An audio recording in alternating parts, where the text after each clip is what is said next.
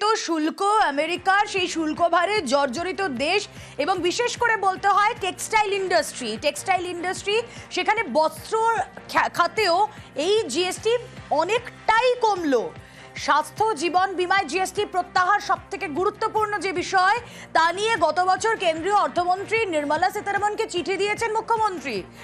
স্বাস্থ্য এবং জীবন বীমায় জিএসটি প্রত্যাহারের দাবি জানান মমতা বন্দ্যোপাধ্যায়। 2024-এর 2রা আগস্ট নির্মলা সীতারমণকে চিঠি দেন মুখ্যমন্ত্রী। দেখুন 2025-এর 3rd সেপ্টেম্বর দাঁড়িয়ে এই জিএসটি সরলীকরণ, যেখানে সবথেকে গুরুত্বপূর্ণ যে বিষয় স্বাস্থ্য এবং জীবন বীমায় জিএসটি প্রত্যাহার, এই কথা মমতা বন্দ্যোপাধ্যায় চিঠিতে লিখে অর্থমন্ত্রীকে দিয়েছিলেন কবে? ঠিক 1 বছর আগে 2024-এর 2রা আগস্ট নির্মলা সীতারমণকে চিঠি দেন মুখ্যমন্ত্রী।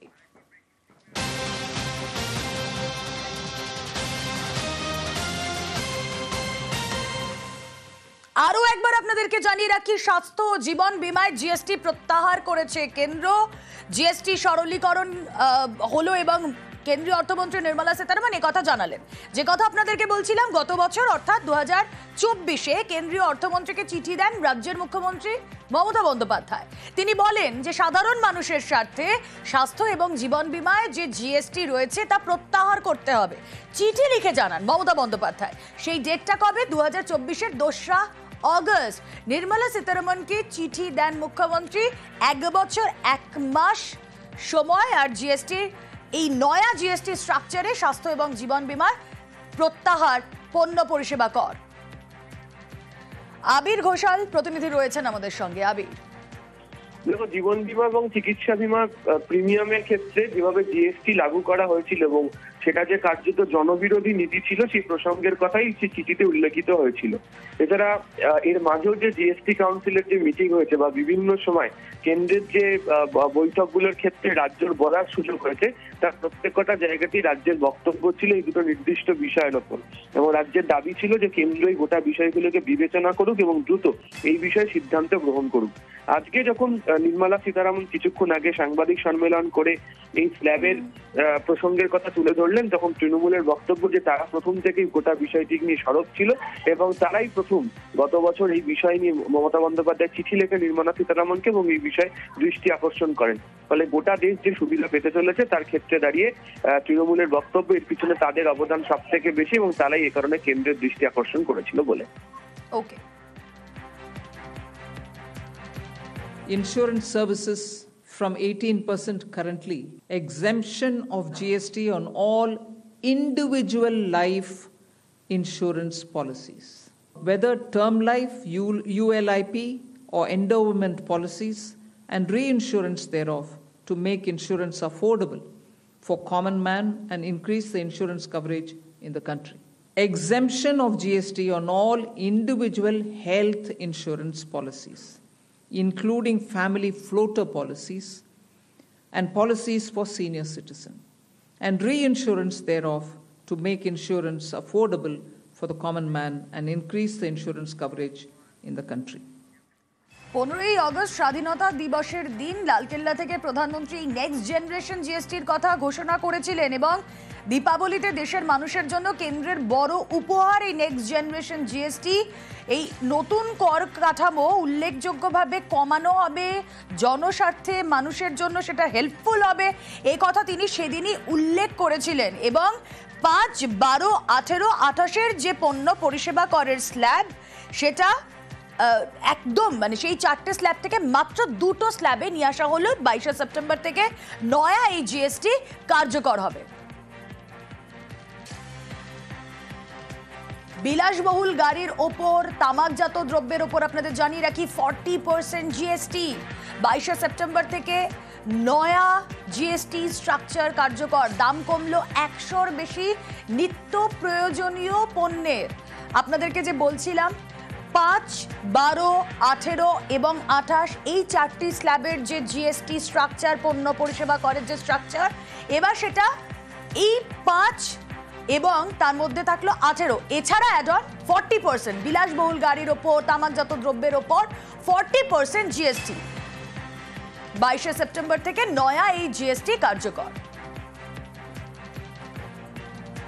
That special rate of 40% has also been proposed and it's cleared.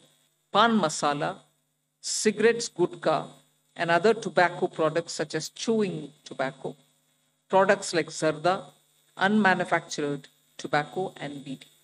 All goods, including aerated waters, containing added sugar or other sweetening matter or flavored, caffeinated beverages, carbonated beverages or fruit drink, or carbonated beverages with fruit juice and other non-alcoholic beverages, excluding those specified at lower rates, will all be covered under 40%.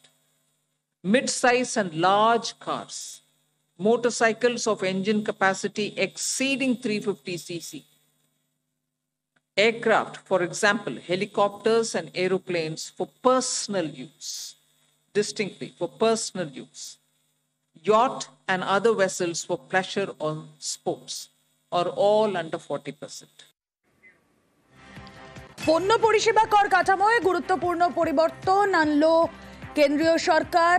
GST কাউন্সিলের প্রথম দিনের বৈঠকের শেষে কেন্দ্রীয় অর্থমন্ত্রী নির্মলা সীতারামন জানিয়েছেন এবার থেকে দুটি হারে 5 এবং 18% জিএসটি কার্যকর হবে। মাত্র কয়েকটি ক্ষেত্রে থাকবে 40% জিএসটি। সেগুলোকে আজ কেন্দ্রীয় অর্থমন্ত্রী নির্মলা সীতারামন পাপের সামগ্রিক বলেছেন কার্যত। কথা বলবো দেবজিৎ সরকার বিজেপি নেতা রয়েছেন আমাদের সঙ্গে। দেবজিৎ বাবু, স্বাগত জানাবো নিউজ 18 বাংলা স্টুডিও থেকে। রুমেলা কথা বলছি আপনার সঙ্গে। নেক্সট জেনারেশন জিএসটি সকলেই তাকিয়েছিলাম আমরা।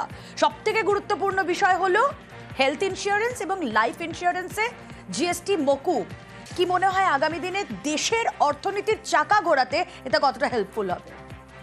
দেখুন, দেশের অর্থনীতির চাকা তো আর দেশবাসীকে বাইরে রেখে নয়, দেশবাসীকে নিয়েই দেশের অর্থনীতির চাকা ঘোরাতে হবে।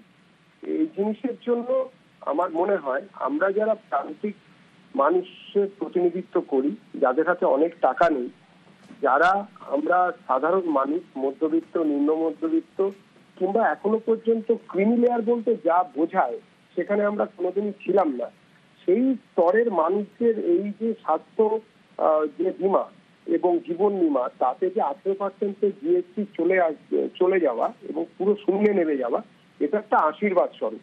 এই আশীর্বাদ শুধু তাই নয়, আপনি দেখবেন থার্মোমিটার, মেডিকেল গ্রেড অক্সিজেন, সমস্ত রকম ডায়াগনস্টিক কিট, গ্লুকোমিটার মানে আমাদের এই রক্তের গ্লুকোজ মাপার জন্য যেসব স্ট্রিপ আমরা ইউজ করতাম বাড়িতে রাখা, অনেকেই কিনতে পারছেন না, এমনকি চশমা অব্দি সেগুলো তো 5% নামিয়ে এনেছে।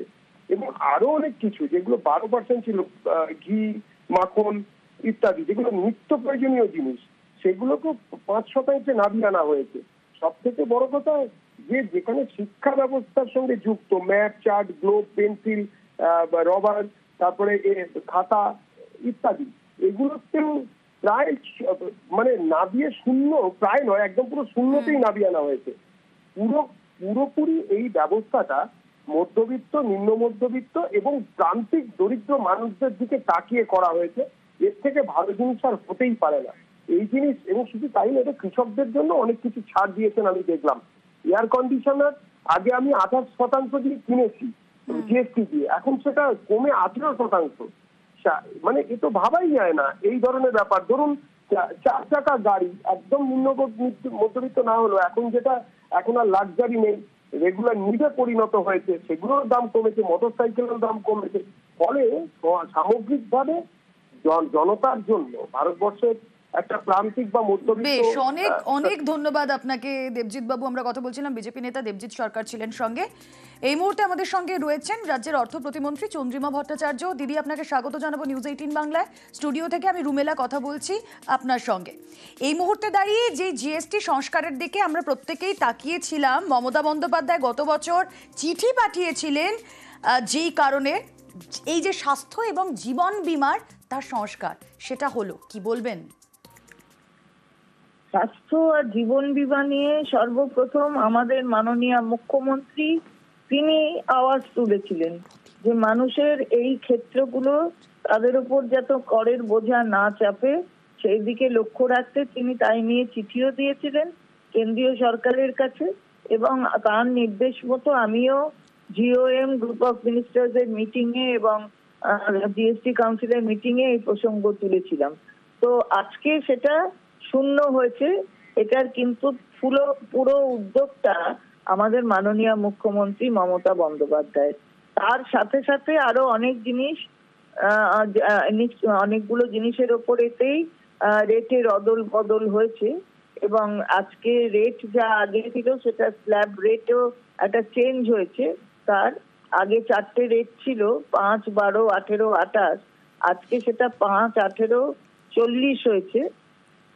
এটা যেমন মানুষের যাতে ওপরে করের বোঝা না চাপে সেদিকে আমরা সকলে সহমত, কিন্তু এর ফলে এর বহু টাকা কিন্তু রেভিনিউ লস বিভিন্ন স্টেটের হয়েছে, এবং কেন্দ্রীয় সরকারও মানে যে রেভিনিউ লস হচ্ছে, কারণ তাদের যে কোয়ান্টিফিকেশন, তাদের যে হিসেব, তার মতনও 47,700 কোটি টাকা লস হচ্ছে।